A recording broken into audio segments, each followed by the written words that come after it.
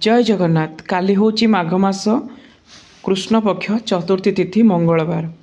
यही तिथि रे आम ओडिशारे एक स्वतंत्र वैद्य भित्तिक पर्व पालन करा जाए।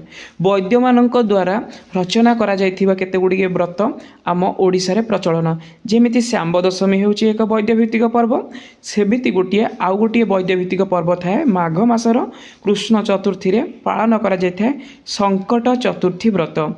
एही व्रतटी आम ओडिशारे ही केवल पालन करा जाइथाए एवं एथिरे आराध्य देवता होउचंती शिव पार्वती। ए शिव पार्वतींकर व्रतटी पालन करा जाए एवं एथिरे जो नैवेद्य दिया जाए ताहा हेउची वैद्यंक परामर्शकृत नैवेद्य होइथाए। तेबे एही पिठाटी बहुत कम लोक जानती। जो माने ए व्रत ही करिथांती से माने ही ए व्रत विषय रे जानिथांती आ ए पिठा को करी से माने खाइथांती। तेणु करी आपण माने समस्ते जानती बोलगड़ निकटस्थ समपुर ग्राम बोली गोटे जगह अछि। सेहिठारे एक वैद्य वास करुथिले।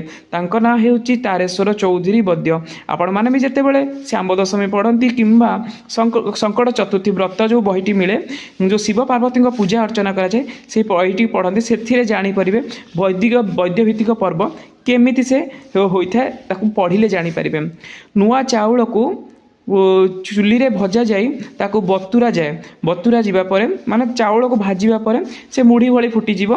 तापरे ताकू बतुरा जाए सेथिरे ताकू तापर कुटा जाए। बतुरेबे तापर सुखा जीव। सुखिबा परे ताकू ढिंकी रे कुटा होई अदा एवं गोलमरीच ताहा सहित किछि घी आउ किछि शर्करा मिसाई एक पिठा तैयारी करा जाए जहाँ को कहा जाए धुंदी पिठा। ए धुंदी पिठा को प्रस्तुति करा जाए से शंकर गौरी उद्देश्य रे पूजा अर्चना करा जाए था। एवं यही पूजाटी कौन करा जाए था ना राति पाहिबाकू 4 घड़ी बाकी थिबो सेही समय ब्राह्मण को निमंत्रण करा जाए। सेठियारे शंकर गौरी को स्थापन करा जाए यही भोग लगा जाए था। यही भोग को खाइबा द्वारा आमर शरीर बहुत गुड़े रोग भल हो जाए। यह संपूर्ण वैद्य भित्तिक पर्वटीए होता है एवं ए खाद्य खाइबा द्वारा आमर बहुत गुड़े रोग भल होता है। तेणुक तारेश्वर चौधरी ये स्वतंत्र व्रत हेउसी संकट चतुर्थी व्रत। यहाँ पालन करेंगे एवं धुंदी पिठा को ग्रहण करेंगे।